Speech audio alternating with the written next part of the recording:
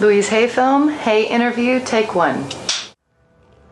Well, the simple part that most people don't understand is that every thought we think and every word we speak is creating our future. It's as though our thoughts go out into the universe and are accepted and brought back to us as experience. Now that is a very simple thing, but most people don't get it. They don't understand it. They've never heard it before and they think it's ridiculous. But if you can really accept the fact that every time you think a thought and every time you speak a word, you are literally painting your future, making your dinner, whatever you want to call it. You are creating. And you're creating your own life. And this is simple, but it's not easy to accept. But once you accept it, then you can start deliberately creating what you want in your life. And you begin to be aware of what you don't want in your life and how you are contributing to it. Now, I think this has been around forever, but for some reason in the last 20 years, the universe has wanted this to go out among all the people, or all the people that are ready for it. See, most of us just think, and we don't pay any attention to what we're thinking. We're just doing it. But that's something you need to train yourself to do, to begin to train yourself to be aware of what you're thinking. And one of the ways to do that is to periodically say to yourself, what am I thinking? Would I like this thought to create my life? Would I like to have the experience that this thought could bring to me? Now, it takes a while to do that, but even if we could begin on the smallest level to be aware of our thinking, we can start to make changes. To begin with, you start by doing what we call doing affirmations, and that is making positive statements about your life that are positive. And you do them deliberately. You might do them in the morning, you might do them at noon, you might do them at night, you might do them, twice a day or whatever. But you do this and you let this become a habit. And as you start to do them, things will begin to change, maybe on a very small level. I call it getting the green lights in the parking places. I mean, they're not huge things in your life, but it can be very nice when you get 3 green lights in a row and you're in a hurry. Doing an affirmation is either writing it down, writing it on the wall or the mirror, or using just saying it. What I like people to do is to stand in front of a mirror and do their affirmations. Because there's something very powerful about looking in your own eyes and accepting yourself, or noticing that you reject yourself when you're saying something positive about yourself. So that would be a very beginning way to start. Say in the morning, you get up in the morning, you go to the mirror, and this is a big one, and it's hard for lots of people. But you look in the mirror and say, I love you. I really, really love you. And to begin with, that can be so hard for people because they think of all the things that they think are wrong with them. But if you can start your day saying that, it's very powerful. Remember, I'd like to think the universe is listening to everything you say and everything you think and saying, okay, you can get that. So then it starts to bring you in and bring things into you. And I know this sounds far-fetched, but it's amazing how it works. If you do a good general positive statement for yourself, the universe will figure out how to manifest that, how to bring that about in your life. So things could happen that you wouldn't expect at all, but they will happen. If you think of doing your positive affirmations is like planting a seed in the ground. It's not necessarily true at the moment, but it is something you want to have be true. So you put the seed in, and you plant a seed and you expect it to grow. Or you maybe plant 3 seeds just in case. You expect them to grow. And you don't wait 2 days and then dig in the earth and say, what's happening, what's happening? You expect that thing to grow because you know there's a law and a process.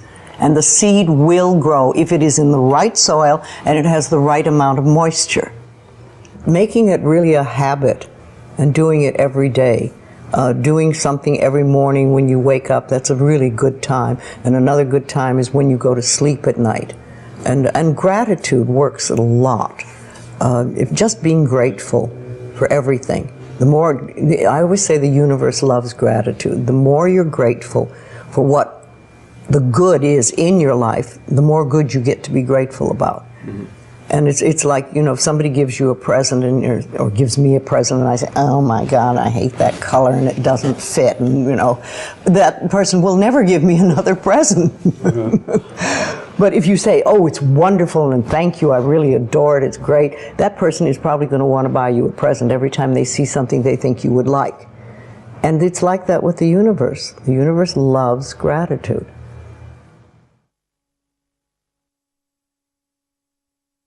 If you have very strong beliefs within you that you don't deserve good things in your life, and a lot of people have that, then there can be delays. And sometimes people say, well, affirmations don't work, I've done them. But when they're doing, for instance, prosperity affirmations, and they've done some prosperity affirmations, and they say it doesn't work, nothing's happening. And I say, well, all right, how many prosperity affirmations did you do in a day? And they'll say 3, probably. And they say, all right, how many poverty affirmations did you do this day? And that could be 300, depending on where you're coming from and what is running through your mind. See, I have this, one of my thoughts about life is that only good lies before me. And I've been saying this for many years. So it doesn't really matter to me what happens in life, because I know it's going to be good. Well, there are lots of things you can do to help you become more conscious of what is going on. And because so many of our belief systems really are unconscious or subconscious, we're not aware of them. They're just things that were bred into us as we were children, is to take a little time to figure out what they are. And I always say a really good exercise is to take a big sheet of paper and write on top of it, say, what I think about men. And then another one, what I think about women, what do I think about money, what do I think about any subject you can think of. And just write all the things that come out of your thoughts. And whether they sound good or not, just write them down. And any one subject, if you just write them all down and then look at them and see how many are positive and how many are negative.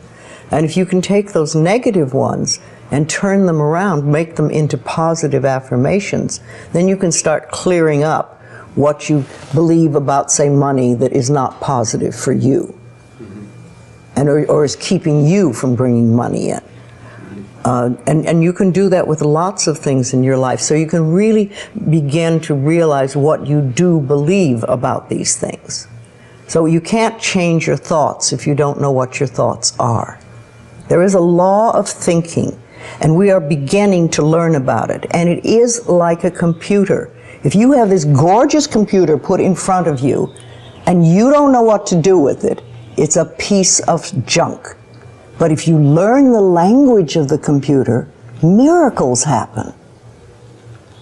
And that is what the law of thinking is. When you learn how it works, miracles happen. What you think and what you believe, it's what will come true for you. Your thoughts create your life. It's that simple. And when we can get that, we can make enormous changes. Well, I think it really starts with realizing that you don't love yourself, that most people don't. Most people feel they're not good enough, that they haven't done it right, they won't do it right, they'll never be enough, and they're definitely not lovable. And when we come from that space, it's very hard to create things for ourselves that are really good. So in the early days when I worked with people, I used to fix this problem and fix that problem, and you'd have this a health thing, and we'd work on that, and we'd work on this. And one day I discovered, much to my amazement, that if I would help people learn to love themselves, to really accept themselves as they are, we didn't have to work on problems, because it was almost like a miracle. Everything seemed to fall away. It's a hard one for people because we grow up believing that we're not good enough and nothing is right. I remember lots of times I would ask people, well, what is really wrong with you? What have you done that is so terrible that you're not acceptable to yourself? And I never, ever, ever got an answer that made any sense. You know, they might say something like, well, I'm too fat. Well, so, you know. But when you talk about loving yourself, a lot of people think that that's vanity, but it isn't really. It has nothing to do with that. That is narcissistic. But to really care for you and to acknowledge that you are an important being. It's almost like in the Bible they would say, you recognize that you are a child of God, that therefore you are perfect. But even if you're not a biblical person, if you can recognize that you are a being that has self-worth, if you can really recognize your own worth, then you start to treat yourself differently. And I think that's what's so very important about loving yourself, is you stop beating yourself up, you stop making yourself wrong, you stop talking about how awful you are, and you stop saying things like, I'm really stupid and stuff, and you start to treat yourself with a certain amount of respect. And this makes an enormous difference, because what you give out in life is what comes back to you. So if you're giving out a feeling of, I'm okay, I'm good enough as I am, and I am acceptable, and I love life, and I love me, and you start having gratitude for yourself and for life, then life treats you differently, because you are having a different vibration that you're giving out and getting back. And that's when things really start to flow. Now, a lot of people don't realize it, but you have to practice. You just have to start it. And that's why I try to get people to do a lot of mirror work. If you look in the mirror, just simple things like looking in the mirror in your own eyes and saying, I love you. I really, really love you. And it helps if you use your name, Louise, I love you. I really love you. It gets to that little child inside that has been rejected for so long, and it breaks open sort of a dam or a door or whatever you want to call it, and it's like little miracles start to happen. Lots of little good things happen, and the universe loves grateful people. The more grateful you are, the more you get to be grateful about. It's that simple.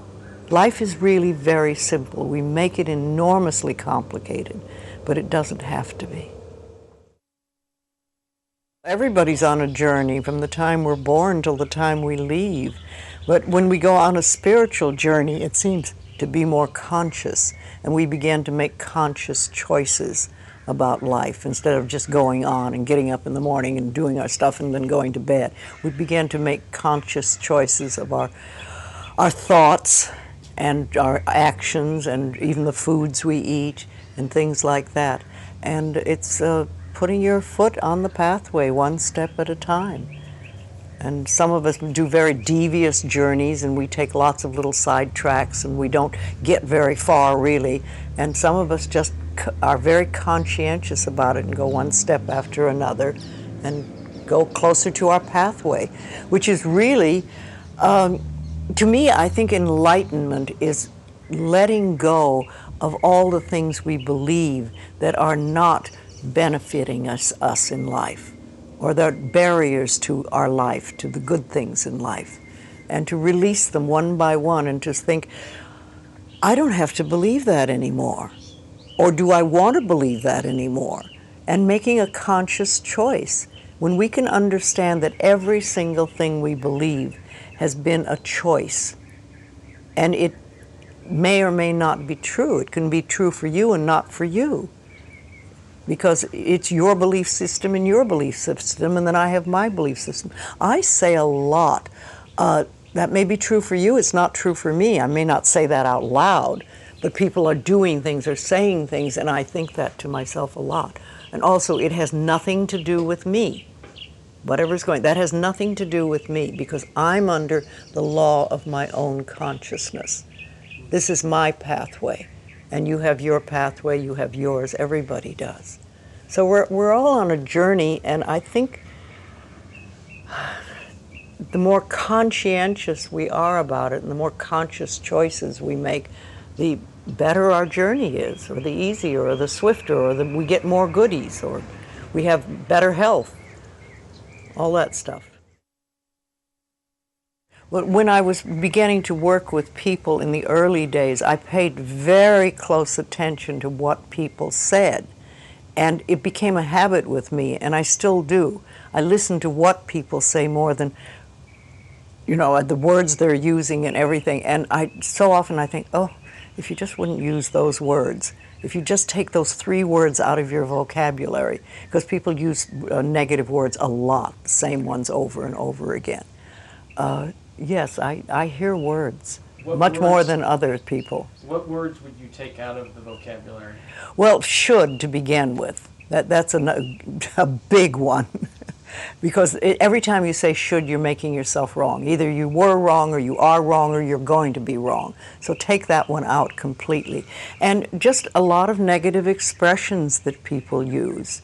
I'm not good enough, or this will never work, or oh, it's a rotten day, or, you know, there's just tons of expressions, and we use them over and over again, and they don't do us any good at all. Everybody's journey is individual, because we start from different places, so we can't all be having the same journey. But I think we all get certain ahas. And that's when we've sort of learned something. We say, oh, okay. And then if we can keep that, what we've learned, and practice it, then we've made another step and we can move forward. Yes, it's a lifetime journey, and we never stop learning. I'm 80 and I'm still learning. Though the lessons are easier now than they used to be. I like to think of it when we start, we have all these boulders in front of us on our pathway, and we start to get the boulders out of the way, and you finally get to the point where it's gravel. And gravel you can handle, you know, and you can sweep gravel, and you can do things. So, and then occasionally there's an old boulder. Rolls back into your path. You think, oh, I thought I had that one, but not completely. And you know, also I think that when we learn lessons, we think, oh, I've learned that one, it'll never happen again, I've done that, that's it. Well, how do you know you've done it unless it comes by once more, and see how you react? Have you really learned it? Is it really nothing for you? Have you gone beyond that? Or are you going to go right back into the same old reaction? See, we're never wrong. That's what we need to learn that. We're always doing the best we can with the understanding and awareness and knowledge we have at that moment. I have a very firm belief that only good lies before me. And with that belief, it doesn't matter what comes, because it'll be only good. And I want it to be new and different and exciting and stuff. No, I'm in my 80s now, and new things are happening. So let it roll. Louise Hay film, Dyer interview, take 1. It seems to me that I have always known this, and that I came into this world knowing that you become what you think about, whether you want it or not. I was really very blessed. I lived in an orphanage until I was 10, in a series of foster homes with my older brother, but he was sick quite a bit. He was very anemic, and I used to have to help him as a young boy. He was 16 months older than I was, and this was when I was 4, 5, 6, and 7, and so on. And I can remember I lived out in Mount Clemens, Michigan, at 231 Town Hall Road with a lady. Her name was Mrs. Scarf, and she had a lot of children would come and go from there. And I was in a foster home because the circumstances at that time were such that my father had walked out on his family, and I was born in a depression, and there was no welfare and things like that in those days. So it was like people just helped each other out. And my mother was working as a candy girl in Detroit, on the east side of Detroit, earning $17 a week, and she just didn't have the money and wasn't able to provide for her children. So we lived out at this one particular place, and I can remember whenever a new child would come to the house, they would always say, "Go find Wayne." And I would be out in the back. They had orchards there, and this was no hardship. This was no difficult thing for me. This was a great blessing, I think, in my life. Those earliest days. And I can remember a girl named Martha came, and they were dropping her off for basically the same reasons that we were dropped off there. And they said, "Go find Wayne." And I came and I started talking to Martha, and she was crying and she was all upset and she was sad. And I was trying to convince her that she didn't have to be sad, that this was, and I remember saying to her, "This is a great place. There's no parents here. You can do pretty much anything that you want. I mean, you've got a lot of freedom, and we're going to have a great time." And I can remember being in school, at the public school. It was a numbered school. They didn't even name them in that day. It was PS number 127. And I remember the teachers, one time, we were out on the playground and all the kids were all upset. And I said, "What's wrong?" And they said, "Well, the teacher said this is the worst class that she ever had." And she was so all upset, and she was angry, and she was hurt. And I said, "Well, why would you allow her opinions to have anything to, if this is her hardest day, then her life is just easy, and I can remember talking to other people about, all you have to do is change the way you think. And it goes from being a miserable experience or a tough experience or a hard experience to one that you can do anything that you want with. And when my mother got our family all back together again when I was nine, almost 10 years old.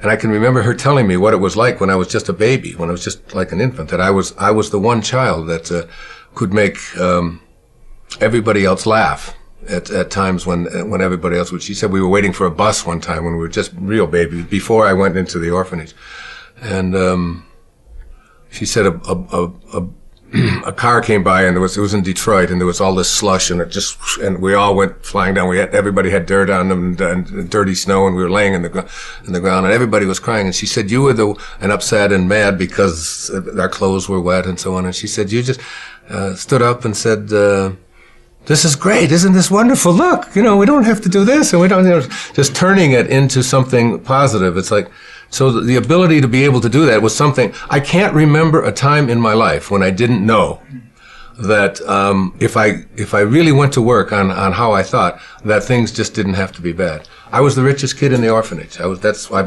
talked about that many times in my lectures. That a snowstorm was a time we had two snow shovels at the home, and one of them had the edges all curled up from hitting the curbs, and you couldn't make any money with that one.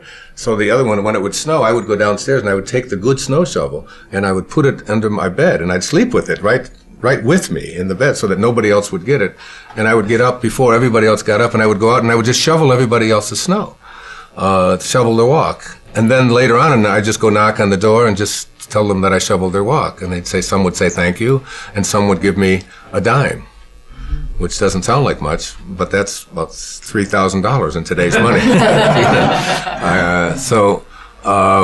And when I found out that soda pop bottles, for example, were worth 2 cents each, that if you took them back, you could get 2 cents back, I mean, that was just like one of the great awarenesses and awakenings of my life, because I would follow people around who were drinking a Coca-Cola and say, "You almost done with that?" They said, "Well, no, I'm not going." Well, just whenever you're in, I just follow them, and then we'll walk until. And we had a coal bin where we lived because it was coal furnaces, and we filled that coal bin with soda pop bottles, and I would take it back. It was just always easy to change, and all the other kids would be not having any money and complaining about not being able to have abundance or be able to have some level of being able to buy themselves like just a little donut or a Pepsi Cola or something. They couldn't figure it out. And it always seemed so easy to me that all you had to do was just look around and see the opportunities in anything. And it had nothing to do with whether there are opportunities there. There always are opportunities. You know, I'm 67 years old. I have never, ever been unemployed or even can't even deal with the concept of unemployment. It isn't that I've had no job. I've always had more jobs than and it isn't because I've been through all good economic times. There've been some pretty sour economic times over the last 50 years or so. I just have never known how to think any other way than, if you change the way you think about things, you can create whatever it is you want for yourself in your life. It's just a simple knowing. I mean, I've made a living talking about it. I've written lots of books about it and so on, but I have always lived it and practiced it, and I still do today. It was Thomas Troward. I don't know. He did some lectures on mental science way back in the 1907, 1908. He was from Scotland. And one of the things that he said is that the law of flotation was not discovered by the contemplation of the sinking of things. So that, you know, like before the 15th and 16th centuries, all of the ships were made out of wood. Not because iron wasn't available and steel wasn't available, but because there was a belief that wood floated. So therefore you had to make ships out of things that floated. That's literally how and then someone came along and said that it has absolutely nothing to do with what things are made out of. It has to do with the amount of water that is being dispersed. That's what determines whether something will float or not. And I think about that all the time because it's in the contemplation of what you desire that you create what it is that you want to have for yourself. It's in your willingness to contemplate it. And nothing more, according to Troward and mental science. So that I think about the Wright brothers, 100 or so years ago. It's like, and I said the law of flying was not discovered by the contemplation of the staying on the ground of things.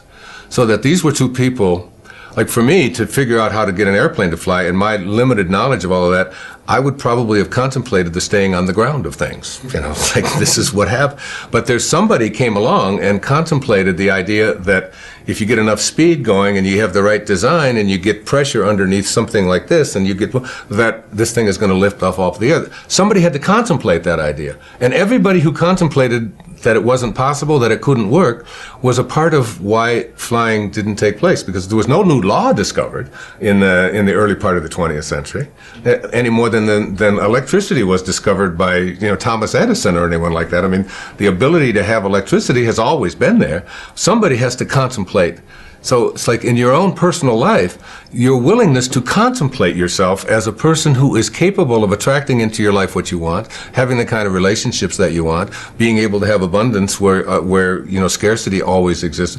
All you have to do is begin the process by being willing to contemplate the presence of that in your life. And I've always been a person that I can remember throughout my life as someone who could contemplate myself being able to do things that most people couldn't. And I can give you a good example. When my mother got us all back together and we were living in Detroit, on the east side of Detroit, and we got a new television set. It was a black and white, it was a screen about this big, it was an Admiral, and we had it in our home, and it was like, oh my God, black and white television, you remember Uncle Milty and all and so on.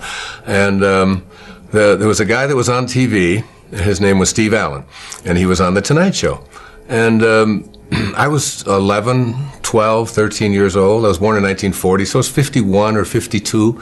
And I used to stay up every night and watch The Tonight Show. Even though I had to go to school the next day, there was just something about that show and, all of the characters and smock, and all the things that Steve Allen would do on it.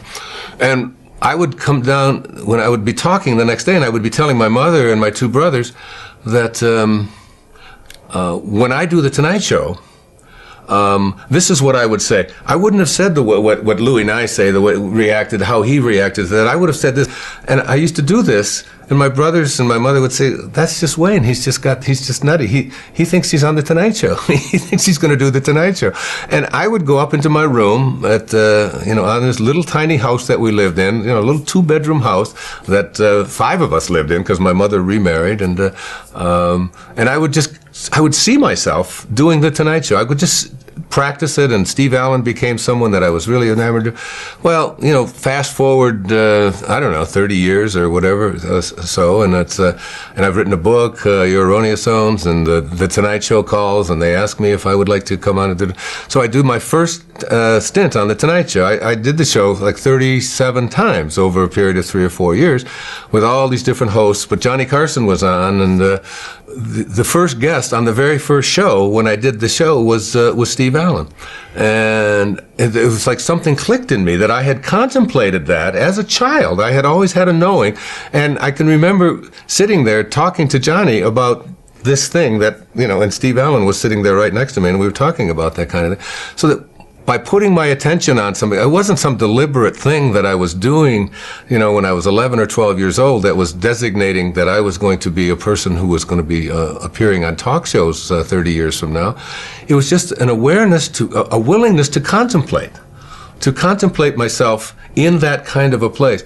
And I think the power of contemplation is the thing that most people haven't harnessed yet. And when you harness it in your life, there's absolutely no limit to what you can attract into your life. If you absolutely stay focused on what it is that you know you're going to manifest and attract, you're not going to do it in your time. You know, Jackson Browne sings a song, it says, and creation reveals its secrets by and by. I mean, you can't push the river. It's all done in divine time, but it will show. It will show. It will manifest. It will attract itself. And I'm never surprised any longer about anything that I put my thoughts on that I can attract it into my life. I just absolutely know that law of attraction and that it absolutely works. And I have absolutely no doubt about it. And I feel as if, like, before I even came into this world, when I was in the world of spirit, that I had a conversation with God.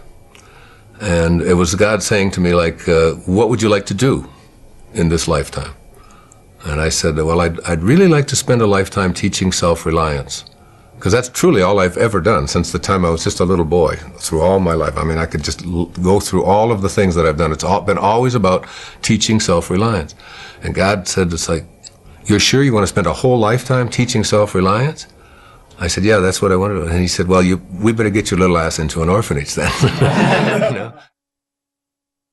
Rumi said, this ancient Persian poet, brilliant, beautiful poet, he said, sell your cleverness and purchase bewilderment.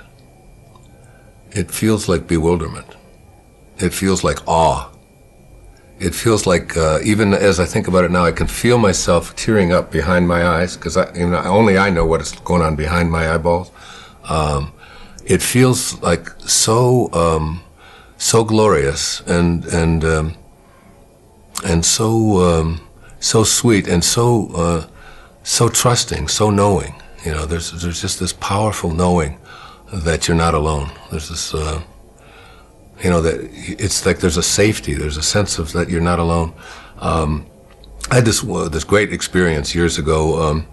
There's a friend of mine, he's on KTAR, radio station in Phoenix. His name's Pat McMahon, Irish Catholic guy. And Mother Teresa is to be his guest, right, on the same day that I'm his guest. So we're in the studio, you know, and Mother Teresa comes in. Now, she's about 4'10", maybe weighs 80 pounds. And she's there to talk about a homeless shelter that she slept in the night before, to tell the people of Phoenix about this homeless shelter. And I'm there to talk about a book that I don't know which one it was. It was 10, 15 years ago. So Pat tells Mother Teresa, is there anything that I can do for you? And you can imagine the bewilderment and the awe that this is an Irish Catholic guy from, you know, living in Phoenix, and Mother Teresa, a saint, is coming there, and you know, he's just bewildered. He's beyond bewildered. He just doesn't know what to do with himself. He's just so honored, and he says, "Is there anything I can do for you? Is there anything I can do?" And she said, "No." She said, I just came here to talk about the homeless shelter. He said, but Mother Teresa, he said, we have a 50,000 watt clear channel station that goes in every direction. And it's like he's got his ego involved. Like we can help you to raise a lot of money for your work and your mission in Calcutta. And she said, no, No, I'm not interested in raising money or your radio station getting a... She said, I just want to talk about the homeless shelter, that's all. And he's exasperated. And finally, and he's down on his knees. Really. And finally she says, stand up. She said, you seem so serious. She said, there is one thing that you can do.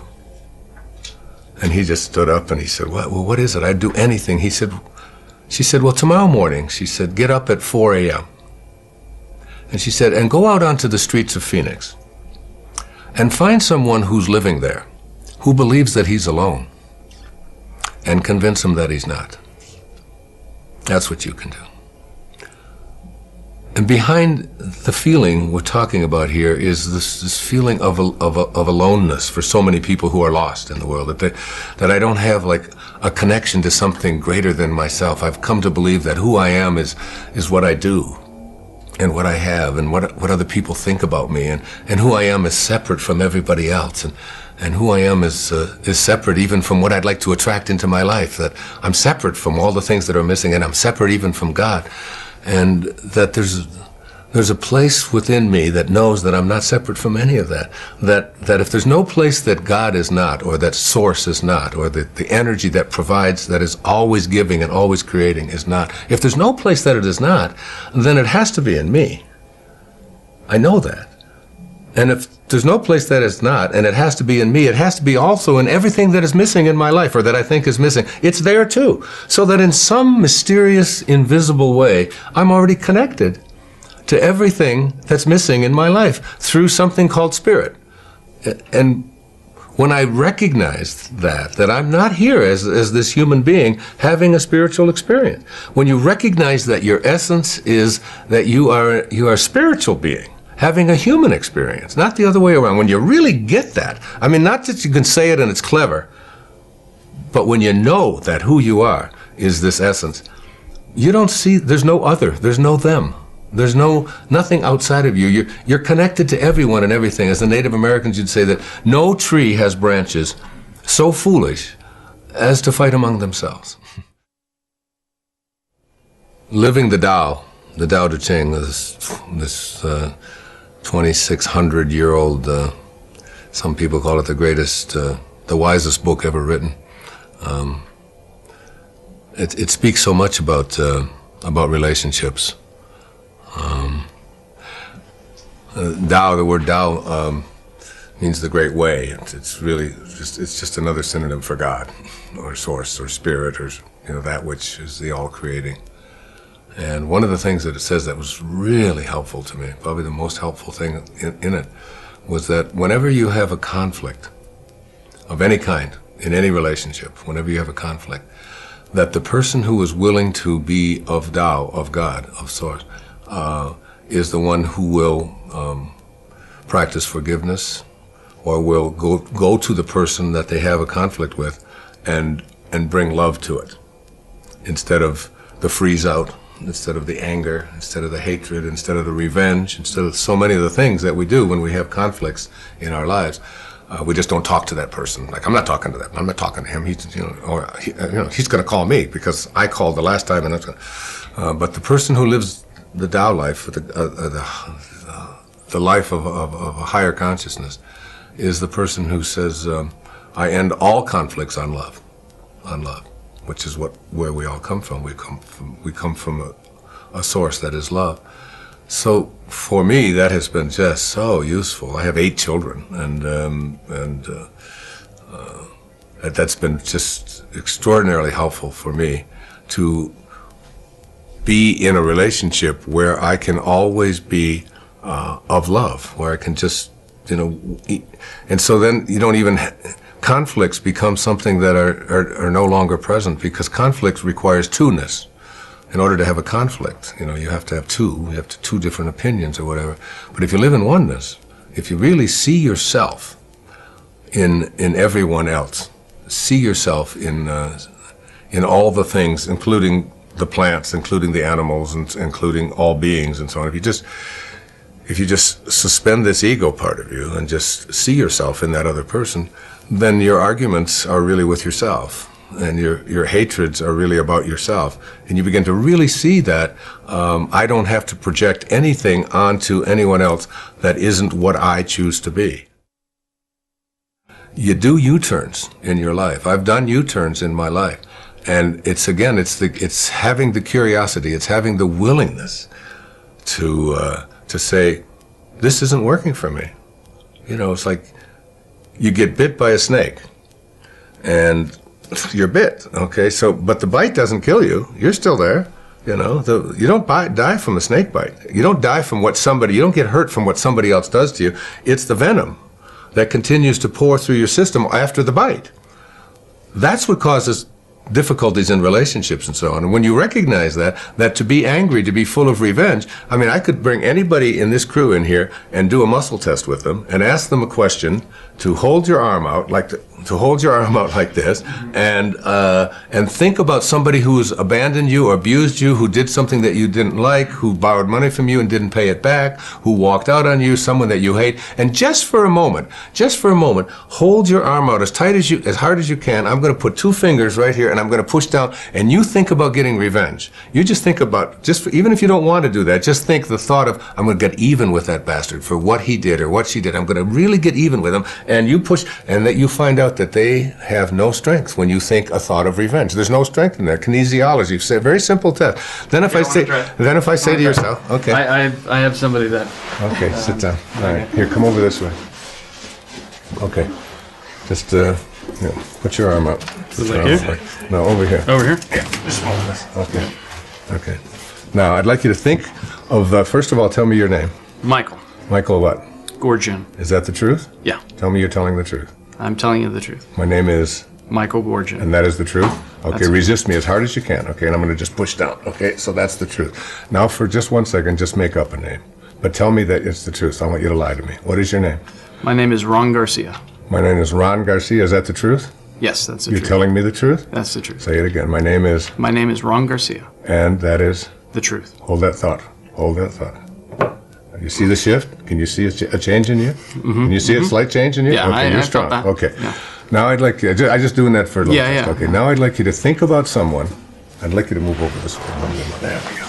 I'd like you to think about someone in your life that abused you, abandoned you, that did something to, without any details, I don't want to know any of the details, and you are hurt by it, and you're angry about it. And forget about whether you've forgiven them or not. I want you to just think about getting even with them. I want you to think about revenge, okay? I'm going to get even with that person, no matter what, okay? And put your arm out, and can you hold on to that thought of revenge, okay? I'm going to get even with that person for what they did. I'm angry at them. And hold on to that thought and just think, resist me as hard as you can. And notice what's happening with your arm. Resist, again, one more time. Think that thought. I'm really going to get angry. I'm really pissed. I'm really hurt. I'm going to get you back for that, okay? And resist me as hard as you can. Now notice what's happening here. You have almost no strength. I'm not even pushing down. Now I want you to just change the thought. Okay. I want you to change the thought right now. And I want you to change it to one of love and forgiveness. I just want you to surround them with the light of God. I want you to surround them with the most beautiful love that you can think of. And just think of that thought. They did what they knew how to do, given the conditions of their life. I can't ask any more of anybody than that. Put your arm out. Put your arm out. Resist me as hard as you can, and forgive them in your heart. And forgive them in your heart. Now get even, get angry, I'm going to get really even with them, and watch what happens. Can you see the change? Okay. That's how it works. You see? Every thought you have of shame, every thought you have of anger, every thought you have of revenge is a thought that weakens you. Every muscle in your body. It's even in your eye. Well, I think, even I've, like, I couldn't look at you when my attention I could see the shift. Somewhere.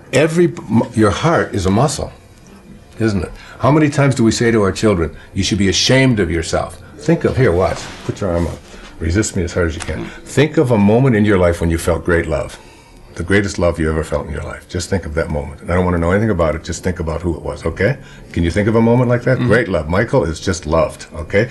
And look, I can't budge you, right? I'm pushing really hard. Now think of a moment when you felt shame. You just did something and you're just ashamed of it, whatever it was, okay? You think of something like that? Okay. Resist me as hard as you can. You're thinking shame, and just watch what happens to your arm. Look. No matter how hard you try, you have no strength, do you? You have no strength, okay? Now think love. Think love. Just think of that moment and shift. You see the change? Now think shame. I'm trying hard. Yeah. Think shame. Just think of shame. You're ashamed. You're really ashamed. Whatever you did, you're really ashamed. You really screwed up, okay? Resist me, sir. Look, you have no strength. Look, you can't think. You know where I learned it? I learned it from my dentist. What? My dentist. I had crowns put into my teeth, and he would get me out of the chair. I said, "Who's this crazy man?" You know, he'd get me out of the chair. He was adjusting the occlusion. He'd say, bite down, and then and if I'd go weak, he'd say, "It's not right yet." And he'd put me back in the chair. He'd adjust it a little more, and he said, "Now it's perfect," and it always was. It always was. Wow. This is the power. Who's your dentist? It's like what we just demonstrated here is the power of the thoughts that we have. What a thought of shame, a thought of anger, a thought of revenge, what it does to the muscles of our body. The muscles of our, it's like the reason I ask you to tell me a lie, you know, is because I wanted to test your body, because your body wasn't made by your parents. We like to think that our bodies were made by our parents. That's because you look a certain way and all of that. But if we take the tiny little drop of protoplasm that created you, and we try to find out its origin, and we take it all the way back to subatomic particles and reduce it, we find out when we put it in a particle accelerator and rev it up at 250,000 miles an hour and collide it, and we open it up, there's nothing there. That you came from the invisible, you came from source. It's the spirit that gives life. So that once you understand that this body of yours is a creation not of human beings, but it's a creation of God. It's a creation of source. It's a creation, it came from nowhere and an invisible source and manifested into the world of the physical. And so it only reacts to truth, because it was created by truth. So once you lie, this is an ultimate lie detector test. That's why I always say we could have saved $93 million with President Clinton. You know, it's like, come on. Did you have sex or didn't you? Let's get over this, you know. But now you're using an instrument not of human beings. All of our bodies are divine creations, and they only react to truth with strength. The truth that when you go weak, you're going against your Tao nature. Your true nature is not revenge. Your true nature is not hatred. You came from love, and you have to stay in that state. And once you learn that, once you get that, like having that demonstrated could change your life. Just that moment can change it forever. People ask me, what is your biggest confusion about humanity? It's like man's inhumanity to man. This recognition that we are something beyond ego, you know, and we don't, we have a divided world, a world that believes that, you know, if you're male, you're different than if you're female. If you're Muslim, you're different than if you're Christian. If you're born on one side of the river, then you're different than the person who wasn't. And we've taken on all of these ego beliefs. And my real strong thing about it is that I think that my generation, when I was in my 20s and so on, we were the generation that had to end a war. You know, we had to end a war. I took my doctoral orals on the 4th of May, 1970. The announcement came on the radio, on the television, you know, at around 4 in the afternoon, that the government had put live bullets into their rifles, and they fired on students who were protesting the war at Kent State. And 4 of them were killed. You can imagine what I felt, because I was really working very hard to try to end that war, when I had to go in and defend my dissertation, which seemed so trivial, when I considered what our government was now doing. We were going to put and all these students were doing was protesting a horrific war where people were dying in huge numbers. I think the new generation, this generation, it's their job isn't to end a war. It's to end war. It's to end the concept of war.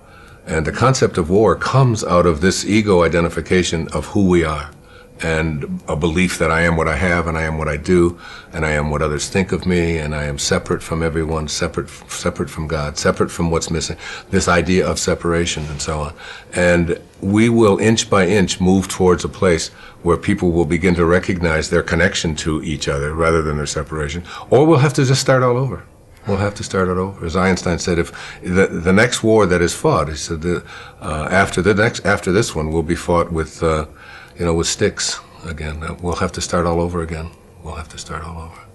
And it's really about slaying this ego, this massive ego thing. You can see it in our foreign policy. You can see it in the way that we treat it. You can see it on television. You can see it in all of the ads that you see for having to take pills for everything. And that's what I feel my work is about. What my life is about now is ending the concept of hatred and separation.